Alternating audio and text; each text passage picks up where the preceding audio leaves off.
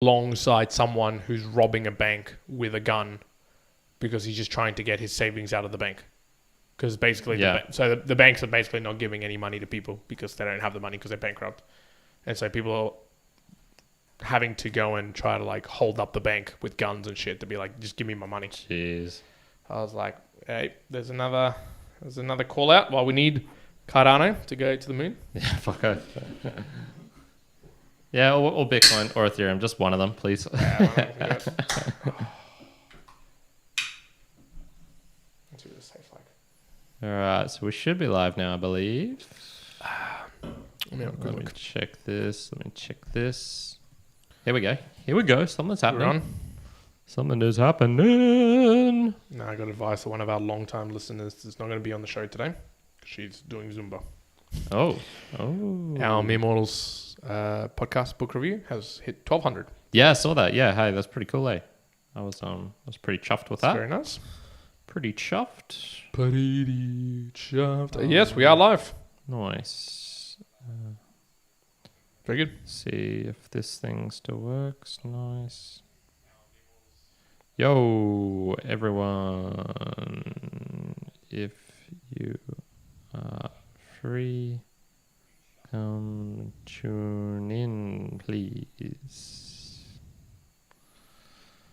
La la la. And then I just need to do the Discord one, and then we should be good to go. At everyone. It's really cool when like Pete, I don't know if you checked it in the Instagram, but saw how many people started following us. It's just like, damn, that's awesome. Yeah, I did not see that. That was just from Pete. Very cool. Shouting us out. So thank you very much, Pete, from Aussie English legend.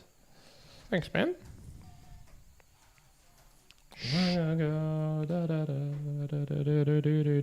That was our followers. What's that? That was our followers, yeah. That's awesome. Yeah.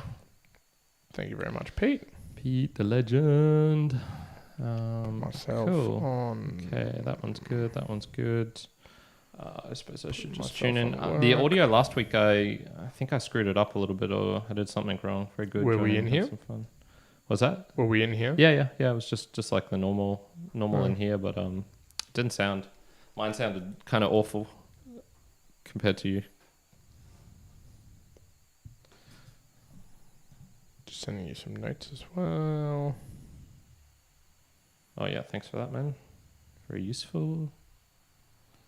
Yeah, that sounds good. All right. I just need to get the... It sounds all right now. Okay. All right. I did play with it and bumped my numbers, my volume up a little bit because I was wondering if yours was just too high, and then so when mix match, yeah. Yeah, when I put it up. Apparently, Adobe has a podcast suite now. There's like really? Or in beta or something. That's kind of cool. I might try it out. I have heard it's kind of simplistic.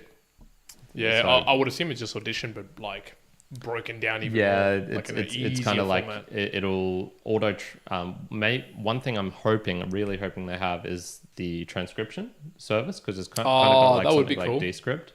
So apparently you can edit via the words that are appearing rather than just the waveforms. Oh, that's cool. Yeah, that would make it good. Which would then make sense for me that you'd be able to export the transcript, which is kind of probably the one thing we're kind of lacking doing. I was looking at getting... Have you heard of Whisper? It's basically it's an AI. So. Yeah. That does like 90% or something transcription. Yeah, I was looking at getting it, but apparently like it'll chew up resources on your laptop pretty good and things like that. So I was like, maybe I won't. But there's some cool stuff going on. Okay, that looks pretty good. I can just minimize that one, I think, and just bring up the YouTube screen. I'll make that like that. Make sure that one's posted. Yep. Coolies. Bring this across, and then just ask a question. What's going to be the question? Just what's your biggest self-delusion? Self-Delusion. Now, for anyone listening in What do you from got? America, I've currently got Jocko Go America. with America flag on it as well. And it says, whoop assault. However, the arse is highlighted, so it's whoop arse. Okay. Self-delusion.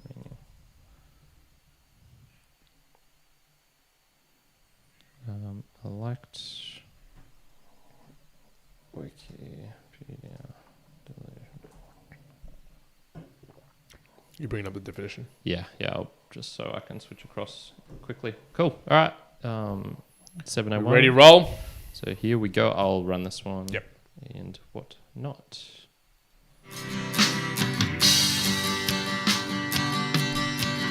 We all can be mortals. We are indeed just mere mortals. Or are we? We're going to find out today because we might be deluded a little bit. Don't delude yourselves, folk. This is a musing session. My friends, everyone listening at home, immortalites. And this is one where we go deep. We pick a theme and we examine our thoughts, what we have created from the week. I've got Kyron here on this side. Juan on the other side. Juan is not deluded about himself. That is correct, the person.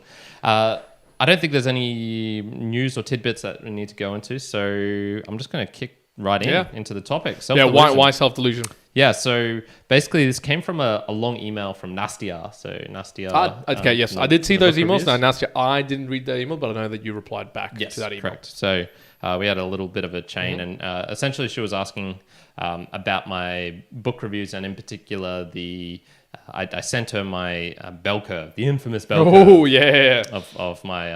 I think just for inform people, so it's bell curve, so why do we never see a 10 out of 10 from Kyron? I'll get into that, man. Okay, I've got a whole section on it. So she was questioning it, and I was like, I don't think she hinted at delusion there, but there was definitely some like, I'm questioning how you've created this, why it looks like this and whatnot. And so I was like, okay, it triggered in my mind like self-delusion, because it comes into something that I've actually kind of been thinking about recently, which was well, once again, I'll highlight that more as we go on. Okay, I like that. As usual, I think this particular topic might be good to have a definition absolutely to start us off with. So I have got the Wikipedia entry for delusion here. A delusion is a false, fixed belief that is not amenable to change in light of conflicting evidence. So this is just delusion.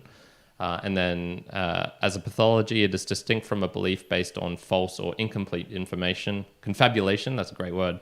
Dogma, illusion, hallucination, or some other misleading effect of perception, as individuals with those beliefs are able to change or readjust their beliefs upon reviewing the evidence. So in this case, it's really you have the facts in front of you, and you're still choosing to delude yourself. Yeah, you're actively choosing to. And I suppose in this case, self-delusion is where you are doing it to yourself. So you, in fact, know the other conflicting evidence, conflicting beliefs, and you choose to, no, it'll be fine, or whatever other reason. There's a bunch of psychological stuff that goes on with that. So, and there's a point here to touch on, because I was listening to something recently, and good to clarify that you can be self-deluded about certain things, like in those explanations. However, if someone says that you are delusional about something, but it isn't the objective truth, take it, then that might not actually be self-delusion. As in, if I say to you, or a mere mortal at home, you're too skinny, you're being self-deluded. Wait, is that me actually putting forward the objective, reality here? And that is that you're self-deluding yourself, or is there something else murky in the waters? So I think we'll be touching on obviousness of self-delusion, not the gray areas where, someone says you're delusional, but you're not really. Like, there's some gray area to it as well. Correct, yeah. So I've got 3 big sections, I suppose. Wait, do you want to talk about that other description? So the other one is kind of one of those ones that doesn't actually help. The act of deluding oneself, or the state of being deluded. Oh, yeah, thank you very much. Merriam-Webster. No good Piece of dictionary. That's useless. A delusion that one the... has concerning oneself, and that's for the self-delusion. So Okay. Yeah, this is why I go to Wikipedia all the time for kind of definitions. We should be using ChatGPT for this. Ooh. We should be using ChatGPT for this. Next time. Yeah, it'll be too hard to get it. Yeah. I don't think I have it on my Logged in or save anything. screen. Yeah. All good. Very good. Okay, so I've got 3 sections. One is my biggest delusions. One which is Juan's biggest delusion, or what I think might be yours. Oh, and all then right. and then I've got one related to my book and bell curve. So Okay. Let's begin with yours. okay, my biggest delusions. Yeah. We'll leave the book and bell curve right to the end as well, Yep. just so Nastia has to listen to the whole thing to get there. So my biggest delusions. So there's a couple that I've got here. One is, and this is the one that's really kind of been bothering me, I suppose, or has been in the back of my mind, and now I'm bringing it to the forefront, which is regarding a family. One of the things in my life that I've been saying for the past couple of years and whatnot, which I do believe I want, but perhaps I'm deluding myself via my action, and my actions are not reflective of this, is having a family. So in the kind of like end goal, where do I see myself in 20, 30 years time? I imagine having kind of like wife and kids. That's the basic thought that I have in my mind. When I look at my actions in life, and this is becoming more noticeable now, you're having a kid, our very good friend Joey is getting married in this coming year now. Yep. I would say other friends of ours are getting closer down to that sort of life as well, via their decisions and partnership strengthening and settling down maybe is the correct word. And I look at myself and it's like, okay, but are the decisions I'm making, am I deluding myself in thinking that this is actually going to happen when, if you look on the objective facts, I certainly don't have the normal 9 to 5 steady income, and the 9 to 5 is not the important bit. It's the income, I suppose, the needing to have and raise a family. You do need to have a sufficient level of income across both partners and whatnot. In terms of where I'm choosing to spend my time, I'm actually being pretty damn selfish, where I want to do all the things. I want to code. I want to learn German. I want to keep my Spanish. I want to get full middle splits. I want to get really good at handstands. I want to keep reading books. I want to meditate. I want to have time to hang out with friends. That's a lot of me time, which is like, if I have a family, that's going away a little bit, as we discussed in the last episode. And so someone that I kind of view as, I sort of see there's like these 2 paths, and they're both related to bald people. So hence me, because all bald people are essentially the same. There's the Pete from Aussie English, who, is, I would say, non-conventional. He has a podcast, very successful podcast. Looks after rare plants. He's started off this very rare niche rare plant channel, but he's put in the time and effort to know how to get good at the YouTube algorithm, how to play the numbers and things like that. And that channel is already bigger than ours after 6 months, compared to us doing this for 3 years. 3 years being lesser. So he's successful in that kind of numbers game, playing the game type game. But then also he is, I suppose, just not an individual, you can see how our minds are very similar in the last conversation I had with him.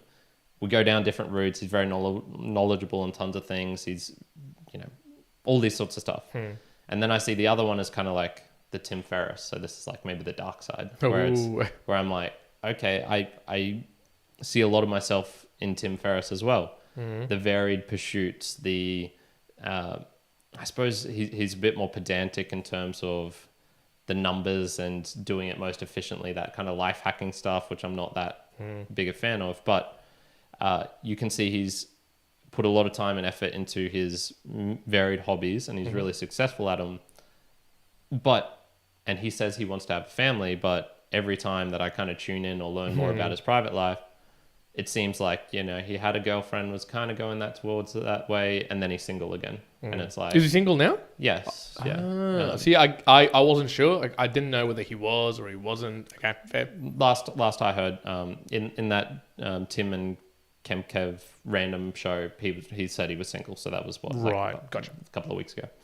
So I see these kind of like two divergent paths, and I go, the way that I'm living now, am I deluding myself and thinking that I'll be going towards this peak path, which is kind of what I imagine I want, but am I actually going towards this either Tim Ferriss or no family path? Well, so what do you think? I'll speak on a point around this goes to in the workforce, although applies in other areas where before you achieve a particular role or achieve a particular thing that you want to be doing, say if you want to be the first place runner in the state or you want to become a manager, whatever you want to think about here, you will need to be doing just as much as those that are doing that particular role or in that place, or even more.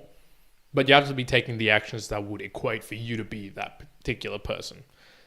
And I think So it's like doing the role before you even get the job. Essentially. Yeah. So I think one of the aspects of the self-delusion, I think, in there that probably applies is that there's a mentality that I've seen in others of, oh yes, but when I achieve that, aka here, when I have the partner and I have the baby or I have the family, it will change.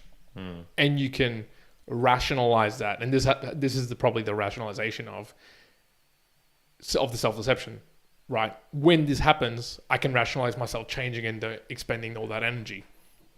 Yes, in a far off future, you can imagine that. But I think the aspect of even beforehand, there might need to be that change so that when you're interacting with the individuals, they see what is coming as opposed to never seeing the action take hold of that change to become. Prime example, before I haven't had the baby yet, but for me, I've taken not ginormous leaps, but changes in my schedule. I don't go to far off gyms anymore. Yeah. Sure, I'm still doing, and I know for myself, I'm still doing a routine that isn't going to be able to be upheld when a baby comes. However, it started to shift towards what's going to be more efficient, what's going to be more of a cadence that I can hold. It will still change, and I think I've either demonstrated that now or it's going to have to change even beforehand so that it just kind of rolls smoothly into that place. Do you find yourself though, so I think that the thing with self-deception is how aware of it are you? Like, is it a self-deception like what you just explained then? Is it you're aware of it and you don't want to change it? You're aware of it, you don't want to like consider it? So, you put the Pete and a Tim and you can see the two paths. Are you making conscious decisions at the moment down one path or the other? Or are you just letting, you're just doing what feels fun right now and letting faith just take you on whatever journey it goes? And if that happens, cool. If that happens, cool. So it's a little bit of both, I'd say. And this is why I'm kind of hesitating or struggling to really speak about it, because one of my goals is to find an interesting chick for this yearly goal, which means I'm not trying to sleep with as many women as I can. Like I'm not that interested in doing that. Fucking give me that. I'm not going to say anything. And that is certainly more of a responsible adult looking for a long-term relationship rather than young 20s kid getting it out of their system, or however you want to use that phrase.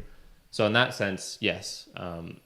In another sense though, it's probably the money thing is the biggest one in my head. I think that the biggest thing that I can think of, so, when you're talking about the self-deception, and if someone else was talking to me about it, I think my immediate reaction to something... And we're using deception and delusion kind of interchangeably. Yeah, sorry, deception and delusion, and so did I when I was doing some of the research.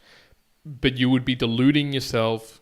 Sorry, actually, I'll use another example and bring it back to you as well. I think the delusion can be very clear in, let's take, at the moment, people who own property and who have been in fixed mortgages for the majority of the last 2 years. Interest rates have been going up.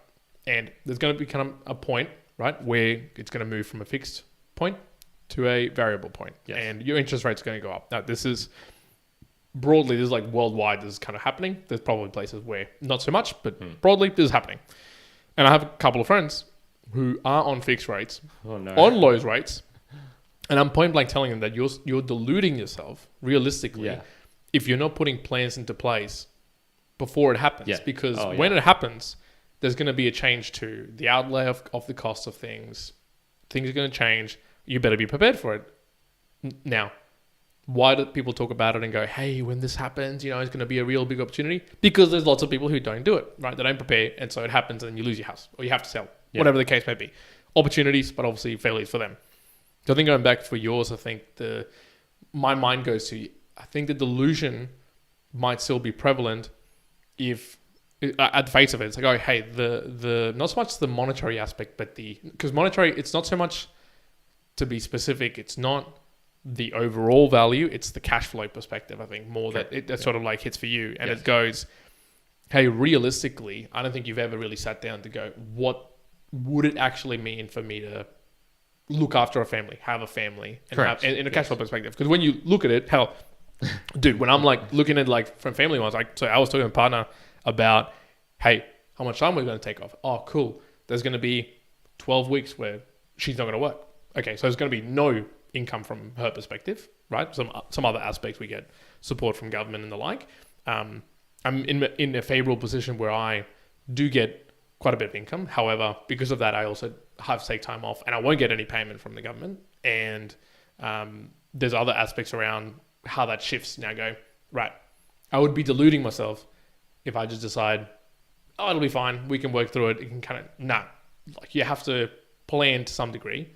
And I think, interestingly, for any other immortalites out there, I'd say, hey, if that was, whether it's starting a family, which I have another friend who's also in a similar plane of thinking around that, it's have a think about the reality of what that would look like. And one of the notes that I said about the delusion, I said, deluding yourself, it's around the fact of, because you don't face the realities of the world.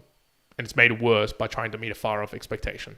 So in my events, they go, hey, the reality of the world is, if I was to have a partner and a baby, let's just say, hey, what does that actually look like? Hey, well, you're going to have to outlay the cost of all these things, and what if the person's not working, and what if you have to look after this, and emergencies, and all that sort of stuff. Okay. If you cannot conceptualize it right now, which whatever it is that your world looks like, you go, shit, okay, well, I've got to change some things, because if you then meet somebody, you're not, the delusion that you would be in if you hadn't done that would probably be more, it would show through to the other individual, and they would then go, I can see that I can't be with this person because they either not seeing it, or they themselves can't see it. It's kind of like when you share someone a story, trying to sell them something. If I'm trying to sell a product to somebody and I go, this phone's fantastic, you can go and do all these beautiful things. It'll, cost $10,000, but it'll do all this. And, the other person will go, man, you're deluding yourself. Why? I can go and get this other phone for $1,000. It does everything that I need to. It's kind of that aspect where if you're talking to a potential partner and you go, I really want a family, I want a baby, I want to do this. And as you start talking more and more about maybe your life or how you're interpreting, now they don't know all of the details, so it's kind of still in the shade. But if they can't clearly see, or you can't articulate what the family situation looks like, or the unit, or insert here your particular idea of what objective you're trying to achieve, then I would say, yeah, that's classic deluding yourself, even if you're aware of it. I say, like, this is one of those where it's like, oh, there's awareness, but you might be deluding yourself still because there's some actions that you could take in place to remove that delusion. Yeah. So one of the things that just came up when you were speaking, which I think actually might switch me more towards it's not delusional, it's maybe just risky, which is I can envision a world where I do have a larger income coming in.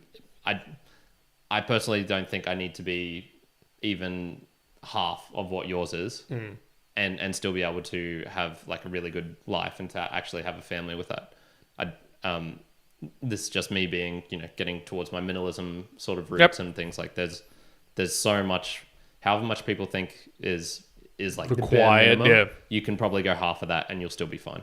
You just have to make some trade-offs and sacrifices, I guess. So I do see myself in a future where it's like, okay, I do have an income where I think it's that, but I'd love to do it through value for value and podcasting. That will obviously would require getting the show to a much higher level than it is.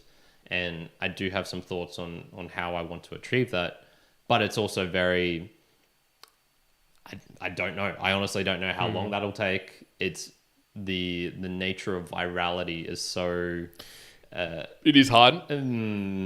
Risky. You a lot of it is, and we were talking about just how certain YouTube shorts blow up and others don't.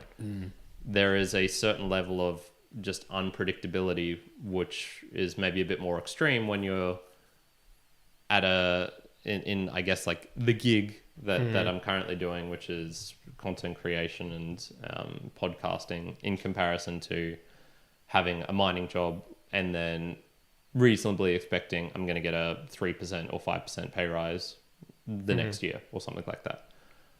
And then I've also kind of got that in the back of the mind. Like, I do have a mining engineering degree, which does seem to be in constant demand. That I always get job offers from like the random places, which I'm on the mailing list, and I fit those qualifications by and large. So there is that. So it's not, I'm not sure it's delusion. There is the thought in my mind, and like I said, this is probably mostly related to the money, but also slightly on the other aspects of, you know, leading other type of girls who I'm meeting and who would kind of dig my vibe. Yeah. Are they the type of ones also who would want to have families, or are they all going to be like crazy circus freaks? And Maybe. And look, I don't want to make fun of circus people. There are actually circus people who have families and whatnot. So Sure. Yeah, I don't think I'm being deluded in that sense. So maybe I am actually going more down the Pete path, but I'm just obviously not as good as it because he's got a fucking huge channel. Well, one of the things I wrote in the looking into self-delusion was and I don't know if you found this out, the paradox, or like the paradox of holding the idea. Can you hold the idea of self-deceiving yourself within oneself? As in, can a human really be self-deceiving themselves? Like because they both know and are telling themselves no to the same entity type of idea. I think that's possible. I think that's possible too, to an extent, because we just explained, you know, an example there for you where, you know, is it like the full self-delusion? I don't think so. It's some aspects of it, but it doesn't have that feeling, you know, when it's like, I was listening just to Tim Ferriss and Jason Portnoy before this. So he was a guy who used to work in PayPal, and he was telling this story of basically where he was having this awful marriage was breaking up, all these things, and he was basically philandering on the side. And then his wife also came out and admitted she had an affair, and he didn't tell her about his stuff. And so he was putting all the blame on her. Yep. And it was getting to this point where it was like, okay, you're obviously deluding yourself if you think that you having an affair, multiple, like porn addiction, affair, and casual hookups outside of your relationship is contributing. If you don't think that is contributing to your current relationship with your wife going sour, that's absolutely self-delusion. Yeah. I don't see how. And when he was explaining it, he was definitely talking about this, pushing it to the side, that uncomfortable conversation kind of thing that you know is there, but you don't want to deal with it right now, that sort of thing. I don't get that feeling because I have had that before. Yeah. And, you know, avoiding a conversation with a partner or having to tell, you know, a family member or something or, you know, fessing up to breaking something or, you know, all those sort of things.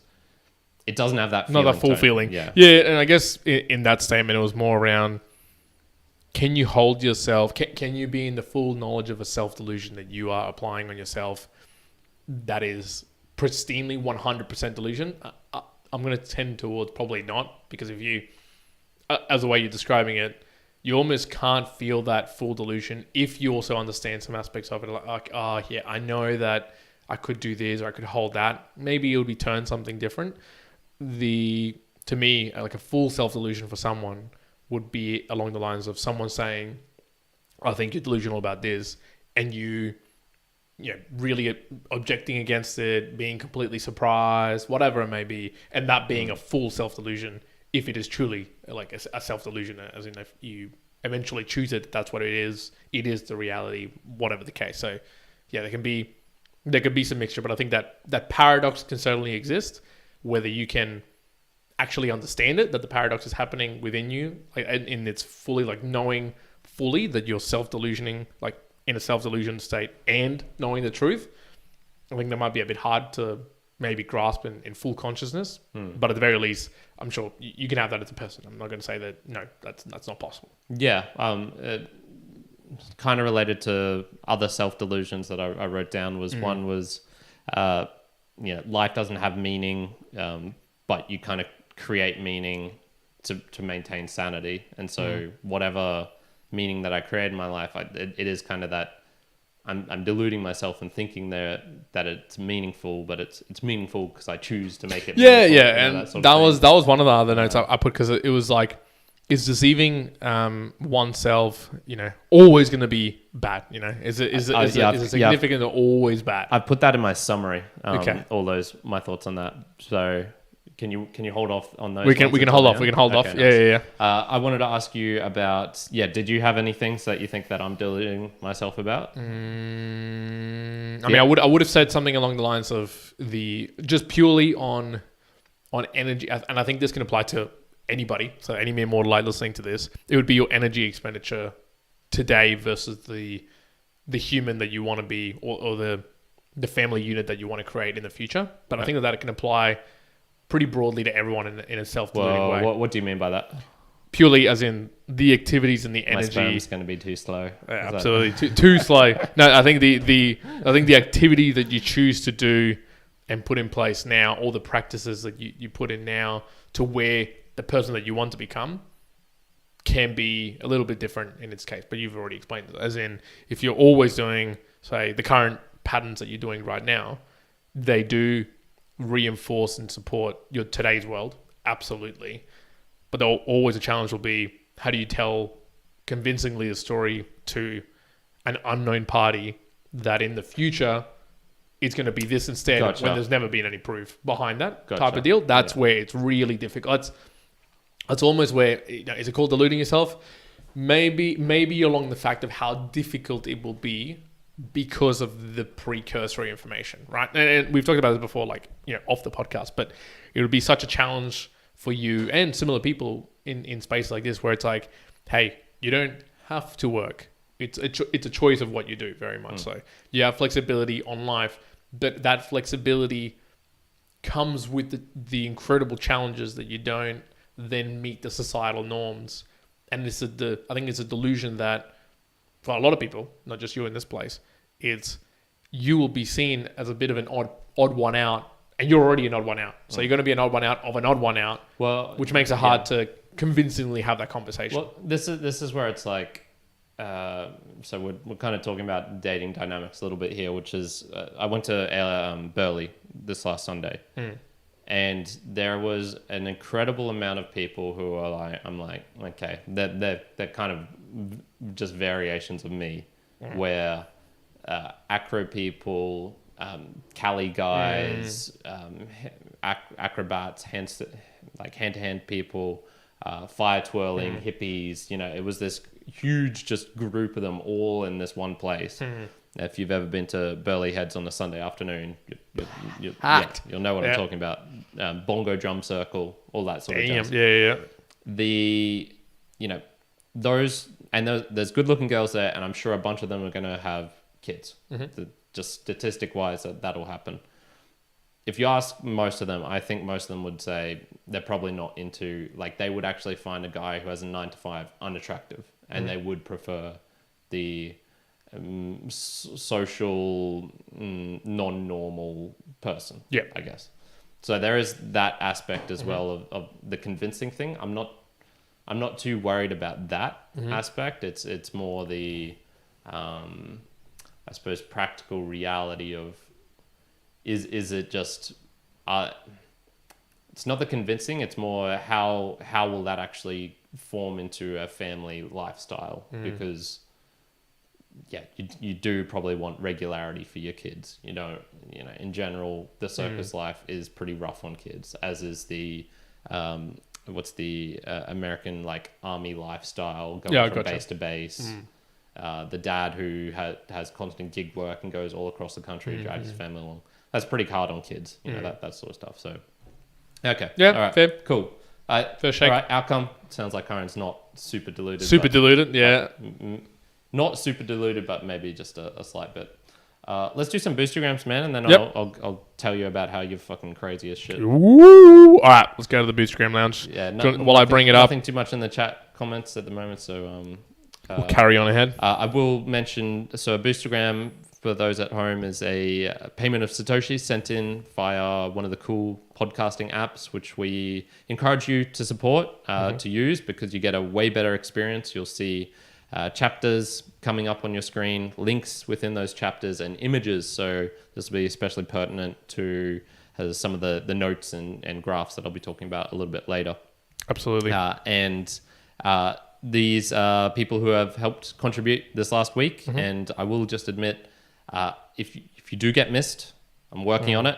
I'm trying to get my own node, trying to fix it all. I'm trying to make this experience better. So easier. Just apologies if there have been any missings over this last week. Absolutely. Now, I believe we only had the one come in. Yeah. And that was from Dave Jones, the man himself, with the weekly boost Dave. for the Be Immortal Nation. That's 12,112 sat cent using Cron.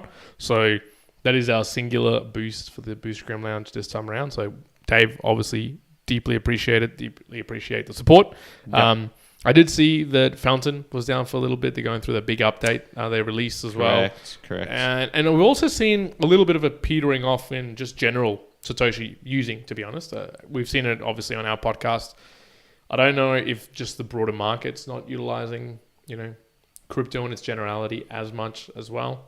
Could be a little bit of a mixture of that. Yeah, there's been a fair few things. Kind of the trend is still good, but it's I guess getting your face out there. I was going to chat with you about potentially having a run at like advertising on Fountain. Once again, it's like it's getting awfully too close for me to the advertising model. Yeah, it is. I don't feel as bad as I did when we used Instagram and I don't either. I felt terrible to do that. I did not like that at all. The ones I've done on Fountain have been okay, but I'm still iffy. Okay. I'm going to chat with Oscar about this, and yes, you're chatting to Oscar tomorrow. No, Friday, hopefully. Friday. Need to confirm that. Gotcha.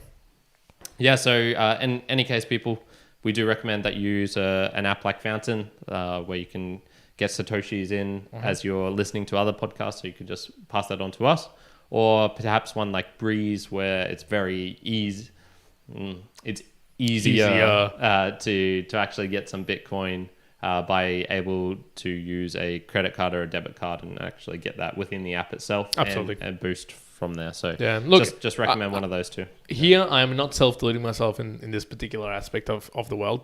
I can see that there is one, less usage of cryptocurrencies generally happens when you go into a bear market. Correct. Two, there's still a whole host of our listeners. I'm sure, if we look into the statistics, how many of our listeners have a digital wallet or even play? It'll be minimal. Like it would be percentages, right? If we were able to convert every person listening to this right now on all of our platforms to, again, just give us a little bit of a Boostagram with a little bit of Satoshis, we'd be I'd be fantastic. Yep. This is going well. So look, I'm not self-deluding myself in the fact that, we should be getting all this Satoshis coming through.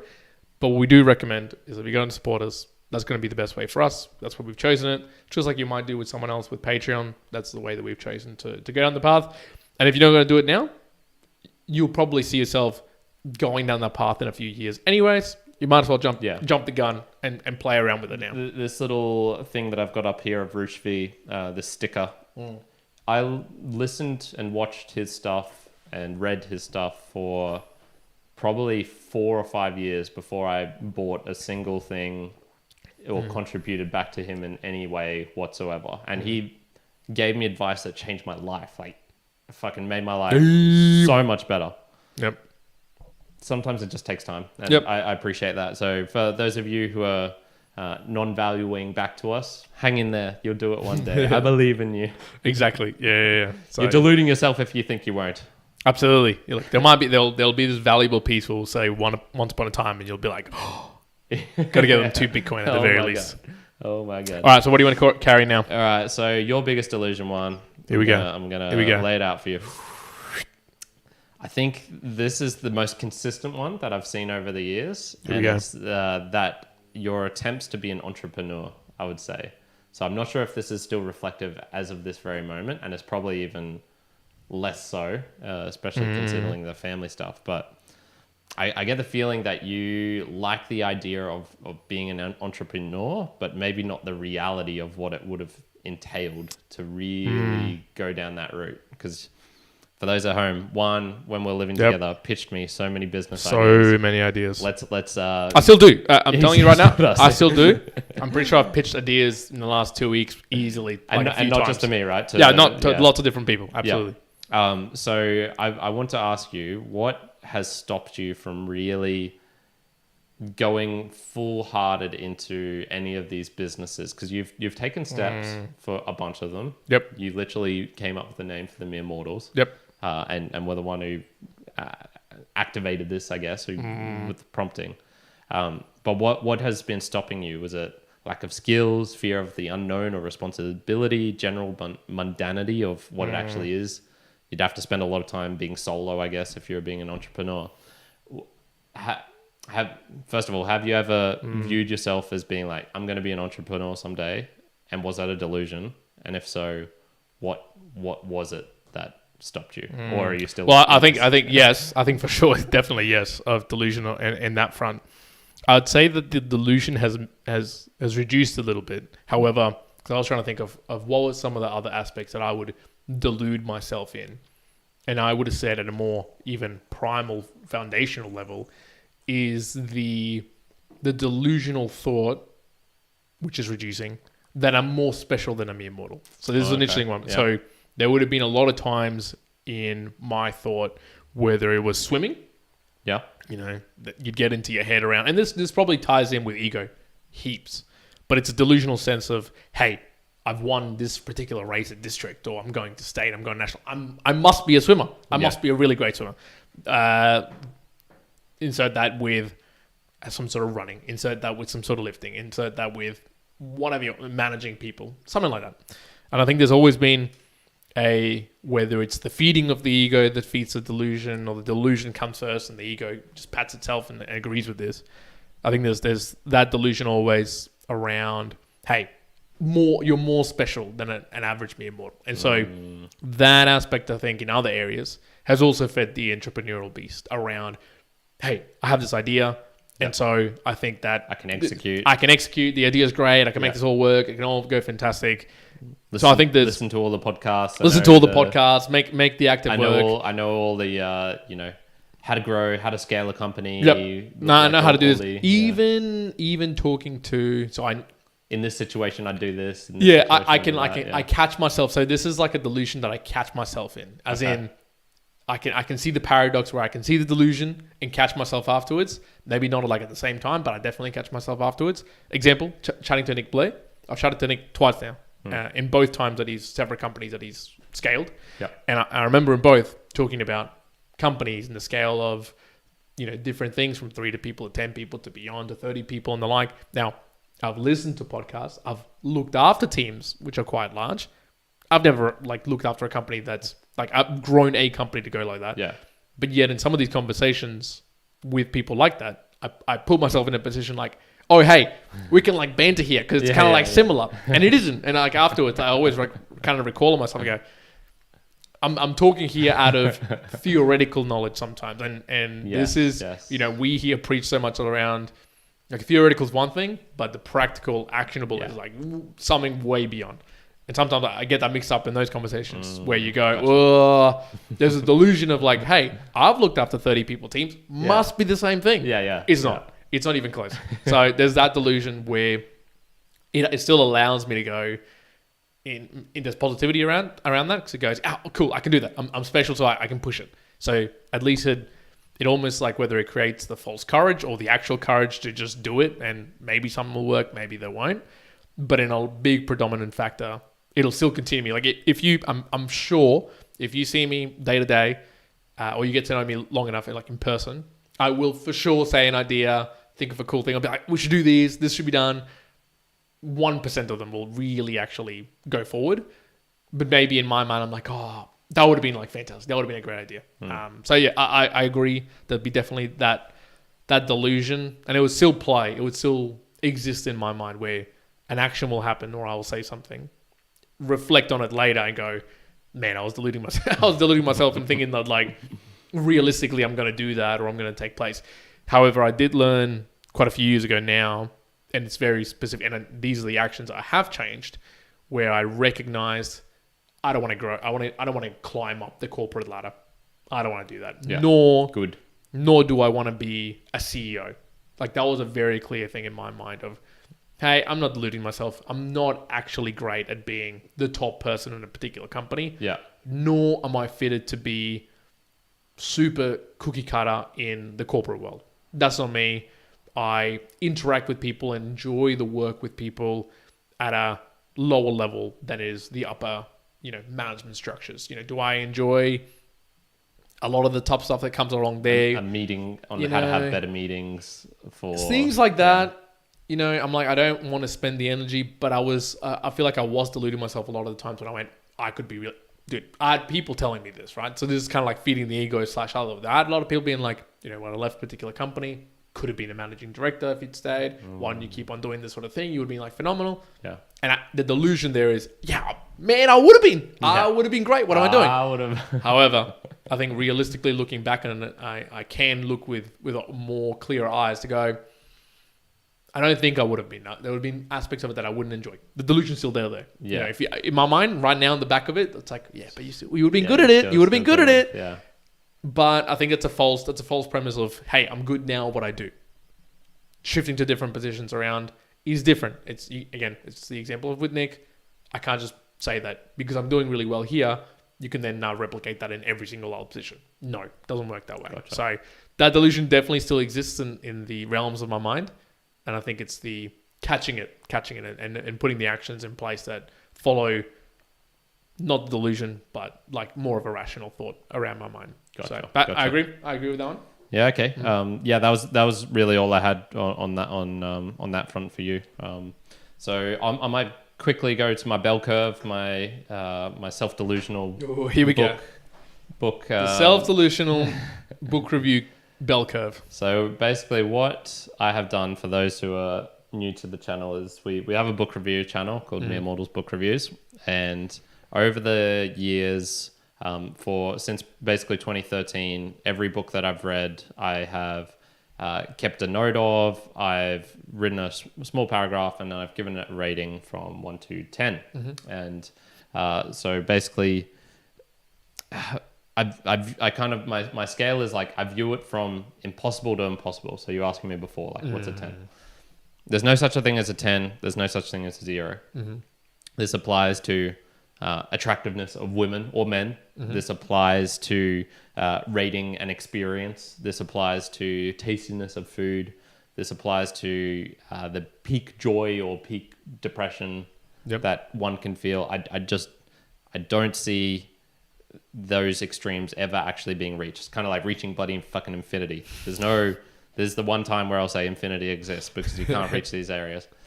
But I do believe you can get really, really, really damn close. And so this is why my book reviews will go from actually 0.5 to 9.5. No such thing as a perfect book, nor the shittest book ever. Yep. And so I've kept book reviews from 2013, and I've gotten up to 338 reviews. Nice. In total. And so what I did, and I've talked about this bell curve for a while, is like I'd create the data, and so then I'd average it out. The mean was 6.18, and then the standard deviation was 1.53, just using some basic math in Excel. And so I'd print out this pretty little bell curve that you can see on your screen now if you're watching via the video, or also if you're on one of those good apps that I was talking about, which have chapters, you'll see this bell curve on here. And so it's a very, very nice looking bell curve, if I do say myself. It's kind of shifted to the right. It is. Because it's a right shifted bell curve. The explanation I came up for this was, considering I drop things I dislike and I choose what I would most likely enjoy, this would explain the offset to the right. So if I'm reading a book which immediately is going to be a 1 out of 10, I usually drop that before I even get to the end of it. So it's very rare that I'll do that, which hence why a lot of the books are centered more around this 6.5, 7, which I view as... Question for you, just looking at this, since it's a little bit apart from Self-Delusion, but just book reviews and the bell curve in general. If you were to review every single book in existence, do you think that bell curve would be right shifted, left shifted, or bang in the middle? Left.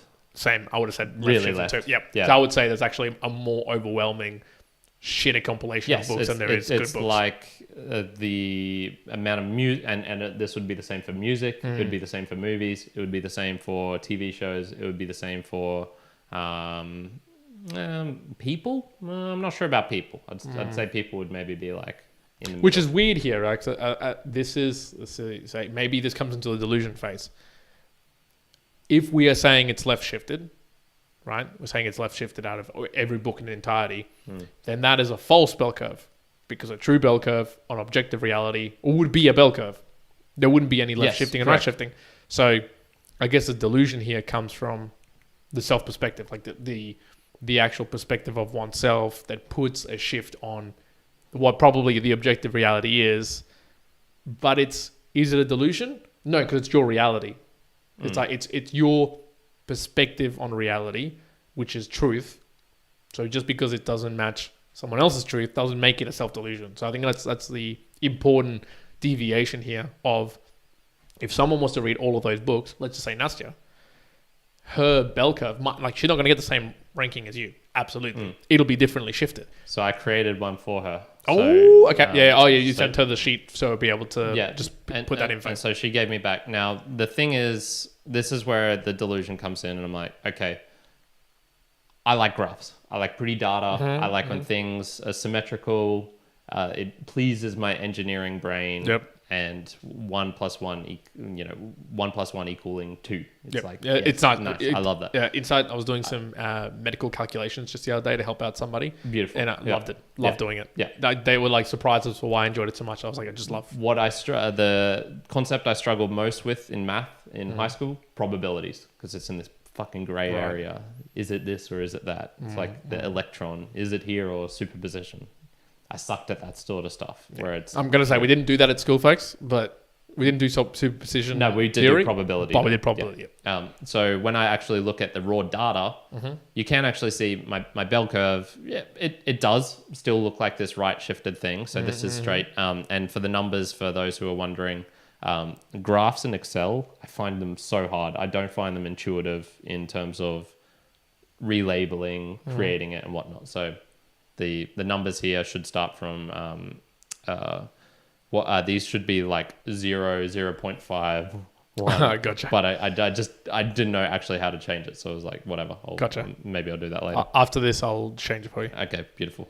So you can see it does have this little shifted bell curve, but it's not as pretty as the one I created. Sure. Now I did the same for Nastia, and I just used the same algorithm, basically like finding out the mean, the standard deviation, and she ranks her books from 0 to 7 because, hey, people do it in whatever way they want. Yep. She has quite a few books here as well, 258, so a fair good chunk of data.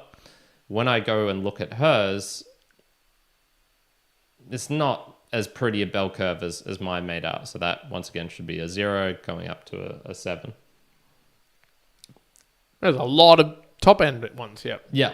And this is, but just using a, the standard mean deviation thing, it still does create a bell curve looking thing, which does still look relatively nice. So this was where I was like, okay, do I actually even know what a bloody bell curve is doing? Like what is, I know what a mean is. I get the concept of a standard deviation, i.e., 1 standard deviation, 2 standard deviation, 3 standard deviation. I get that. But then when I looked at this and when I went, I think there is a part of me which is just creating things for the sake of creating it, and it might not actually be that based in reality. Well, as what I would understand, I mean, the way that I would apply it for someone to, and we're talking charts here, and we're looking at a chart, but I would say, I think you can decipher for yourself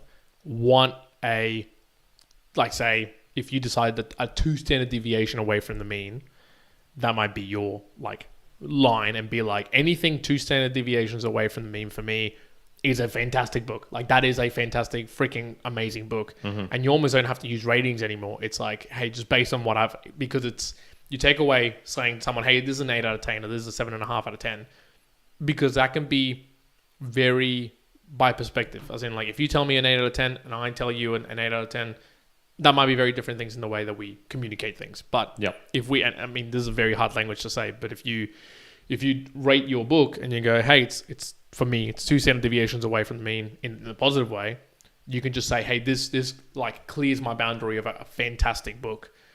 That's kind of like an even better way to demonstrate to someone, hey, this is a great book by my statistics. I don't have to tell you the number. I just know, but it's because it's beating this boundary. And if it's, beyond 3 standard deviations, it's like one of your top 3 books. You will never have reached the end, like 10 in that example, because that is theoretically infinity as part of a bell curve. If you go all the way to infinity, it'll never happen.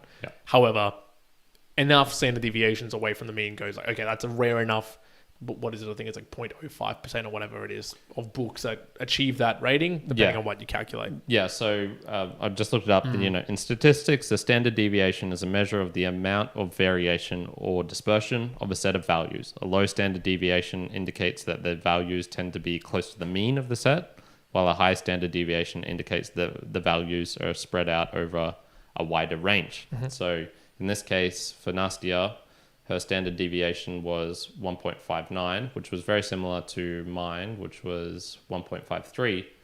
But because she only rates from kind of 0 to 7 as compared to 0 to 10, her deviation is actually smaller. Larger.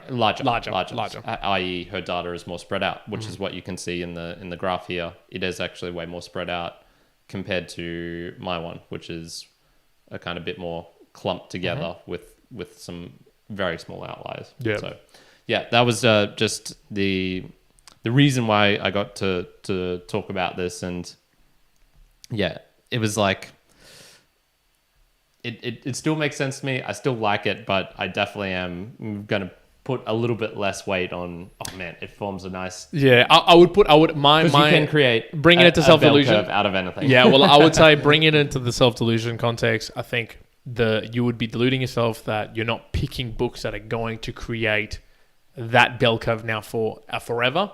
As in, like, you're quite close to a range of 6 to 8. Right, and that's going to be predominantly probably the books that you're going to pick up forevermore. You'll never really bring that bell curve down because you're not going to read a 2 out of 10 and finish it and talk about it. You're going to be like 20 pages into it. The only way you could ever really change that graph for you would be, I'm going to pick maybe random books, and even if they're the shittest of the shit, I'm going to read and I'm going to review it. I'm going to put 1 out of 10 or 2 out of 10. That's the only way. Or change my rating system so that 5 is now what I kind of view as a 7 book. And exactly. But this applies also for mine, so my eminent human being, which I calculate on a daily basis and I've been doing now since 2019, end of 2019. The average over 3 months, so it goes from 0 to 5. 1 to 5. And again, 1 is not impossible. It's a pretty lousy day. It was a lousy day in that particular aspect, and it's out of 3 different categories. But 5 is nearing on impossibility. I think 5 for the body aspect is like, I've done something before beyond superhuman status. I'm like being recognized worldwide, something crazy, right? Something that like it might happen once in my lifetime. Same thing with mine. Same thing with soul. So 5 is like, I'll never hit that. And I think I've hit one of them once in a 5.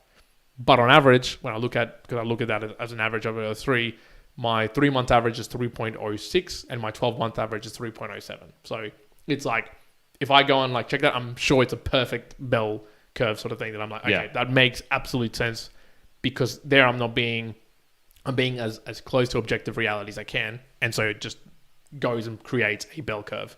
So, that, I mean, here's an example for me, or maybe an action for people. If you want to try to remove away some self-delusion, I do recommend journaling, in a particular sense, and doing it away from the particular day. So you're not attached to it. So whether you're journaling from the day before, as in like the day after of the day before, and then you review that over a long period of time, so you're removed from the emotional connection of what might have happened on those days, and there's many a way to journal, you will probably find that you might have thought, hey, this year that just went by, it was really shit, or it was really good, or it was whatever. I think, don't delude yourself. You actually look back at the data, it's probably, in generality, on average, it's going to be not too different from the mean. If you have a really incredibly shitty year, and if you looked at it day by day, it might be a few standard deviations away from your mean, but it's not going to be, it might be 1 standard deviation, but it's probably not going to be 2 or 3. That's an extreme case that statistically wouldn't really happen. So I think there's, maybe as a finality there for me, there are tools that you could use to try to remove, to see where you are deluding yourself in at least just day-to-day aspects. And generally it's just one of those things. But the other one, talk about it with someone.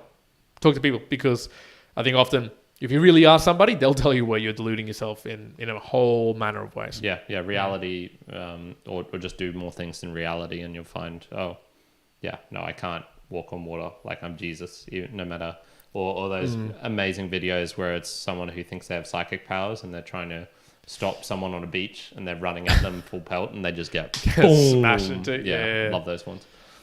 Let's sum it up, Juan. You brought this up before. Is self-delusion good or bad? What do you think? On the whole, I don't know. So I'll give my general thing. So we're definitely all deluded, because there is contradictory, incontrovertible evidence. However, not everyone is self-deluded. So I think there's so many things where black is white, white is black. You see the black and gold dress, and I see the white. You see the black and blue dress. I see the white and gold dress. That internet meme from a while ago. I think that happens all the time, and so delusion in itself is going to be part of everyday life. In general, I'd say delusion is probably a bad thing. So if you're getting deluded, if someone is deluding you, it's kind of like they're tricking you. They're showing you evidence which is maybe pointing you more down this certain way of thinking, hiding stuff that is would call that into question, or downplaying it, or whatever it is. Crazy, ignorant people, I would say, by and large, are deluded. That's the thing. Self-delusion, I'd say, is probably still largely unhelpful, but at least you're kind of, in a way, in control of it. What's the difference between someone lying to you and you lying to yourself? It still has an entity lying to you, but you are the entity in a way. So I don't know. My explanation for self-delusion is that people calculate the trade-off. So a lot of things are a bad person, or saying, in this trade-off, I'm going to pretend like SBF. We'll use FTX because it's just something we talked about a lot. I think he deluded himself a lot by saying regulation is good. It's going to catch all these bad actors. We need it for the space to develop more. And he was also being one of the bad actors, but he was probably like, it's only through my bad actions and that I can help the government find people who are taking bad actions like I'm doing and stop that so people don't get hurt. That kind of like the end justifies the means sort of circular logic, where it's okay for me to do it, but not okay for others. But I'm really a good person because I don't want those other bad people to do the bad things that I'm doing. I think that is probably it happens a fair bit. Yeah, it does. And the trade-offs for him, at one point, he thought he had the good trade-off. The trade-off was correct. Was correct. Yeah. I hope now he recognizes He probably like he probably doesn't.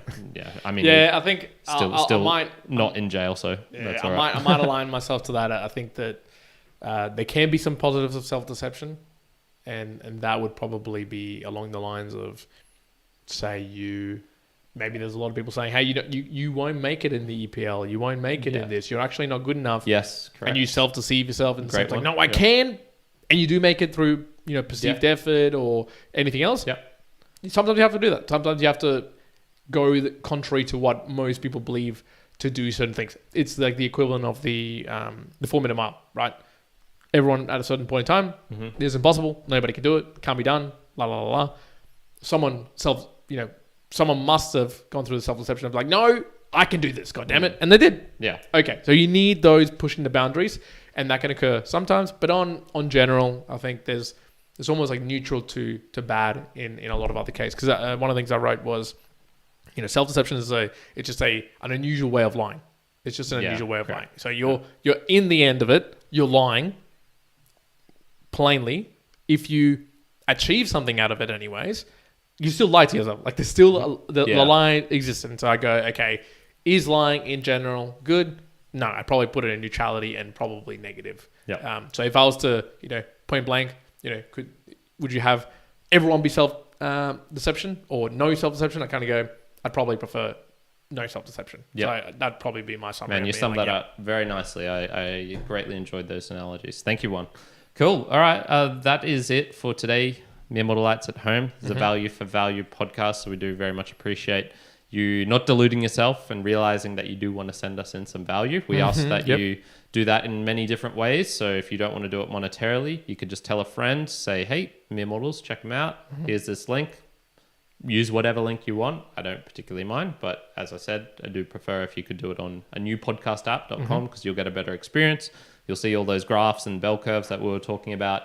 Exactly. If you're using one of those apps, if you're using Spotify or Apple Podcasts or Google, you're not going to see that. So definitely recommend going into one of those other ones. And look, don't deceive yourself, folks. Nothing is forever in a lot of things. There's murmurs that, Google, right? Is Google going to be forever? Some people say yes. It's big companies, but there's been a big call out, a couple of messages being sent out recently and articles being posted because I believe Microsoft is in talks to buy at least a portion of OpenAI and integrate their Bing search with ChatGPT. Good old Bing. And it's if it's essentially with ChatGPT or basically just ChatGPT, is that going to give Google a run for the money? So now, not to say that it will, but it might. And I think there's a clear here of don't put yourself in the deceiving spot that just because whatever is right now won't change in the next 5, 10, 15, 20 years. And if you really think, I think the internet probably really came into force. I think it was like 32 years ago, 31 years ago, something like that. And, people, you might have seen this, you might not. There's a famous article or from like 2000 to 2001 being like, is the internet a fad? Right? Well, we're sitting here today and looking at it retrospectively, it's like, what the hell? How stupid. But then... And it was smart people were discounting it. Yeah, Paul Krugman, economist, thought it would have zero to little impact on the world. Nobel laureate. He's also anti-Bitcoin, so how smart can he actually be? Who knows? But he was one of those people. Like, there is so many examples of the biggest thing. Facebook was the biggest thing. Now, at least based on people I talk to in general everyday life, it's not being used as much. Yeah. But I think, and that's probably as a final for people to take home is, if you haven't played around with some of these new podcasting apps, that's okay. I'm not saying you have to. Like, we're not saying you have to come and support us. We really want you to support us. Really encourage you to. Yeah. However, do not deceive yourself in the sense that, it's Spotify and Apple will be a forever in these aspects. It doesn't have to be. So I listen to a lot of podcasts about podcasts and in particular the podcasting industry.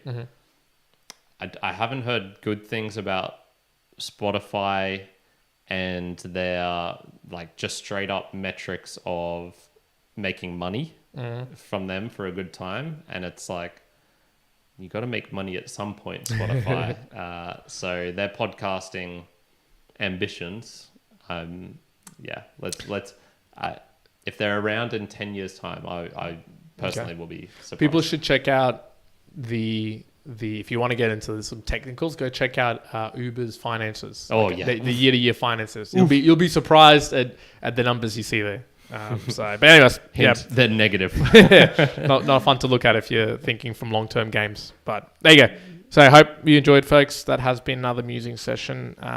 And look, finally, we didn't say this, but if you think we are deceiving ourselves in something that we're talking about, whether it is send some of the stuff that we talk about, we're not seeing it, send it. There's plenty of ways. Email, as we just talked about, Nastia was connecting with us. Send it through a comment, send it through the message, DMs. There's lots of places you can reach us. We're pretty much active in all of them. There's a bunch of links in the show notes, so any one of those that you're most comfortable with. Mm-hmm. And then, of course, Boostagrams are more fun for us. We do Absolutely enjoy them the best. The best. Oh man, that was a great one. I really enjoyed that one. Thank you. Solved some problems for me. Enlightened me. Opened the gates to conversations. Opened my eyes. All right, folks, we're going to leave it at that. I think Kyron's probably going to stick around if there's anybody for the Discord channel as well, if they want to jump in there and chat. Yes, correct. But for now, we're going to leave it at that. Me Immortalites, Juan out. Kyron out. Peace. Good. I forgot to actually say on the podcast, but similarly, I was going to say like self-deceiving in terms of I re-listened to a book review I did for Courage is Calling. Yeah. And I was like, damn, I've been deceiving myself. I thought I'd gotten rid of ums. Dude, there's so many ums on that one. I was like, what the hell? There's so many ums in this. But in the moment, I thought that second one was like, yes, that was good. Yeah. And even when I was editing it, I didn't notice it as much. And then when I listened to it, I was like, that's when you get the full what package. the hell, folks? What the hell? So Yeah, today I was like, all right, I'm going to be very specific here. I'm going to be slow, meticulous. Going to be hitting these non-ums. Hey? It's disappointing. Oh, you're like, damn. Mr. Broad Shoulders in the chat. Thank you, Joey. So many delusions, I can't even pick one. What do you think Joey's biggest delusion is? That he's actually good at sports. Nah, he knows he's shit at that. What would Joey's biggest delusion be? Oof. Yeah, that's a toughie. I'm gonna have to ponder that one. Yeah. Well, Joey, if you do feel like hanging around and chilling with me in the Discord, I'll be there. And for anyone else who is tuning into this much later, in general, I'll be on the Discord. So yeah, peace out, and I hope you're having a fantastic start to the year. Bye. Ciao.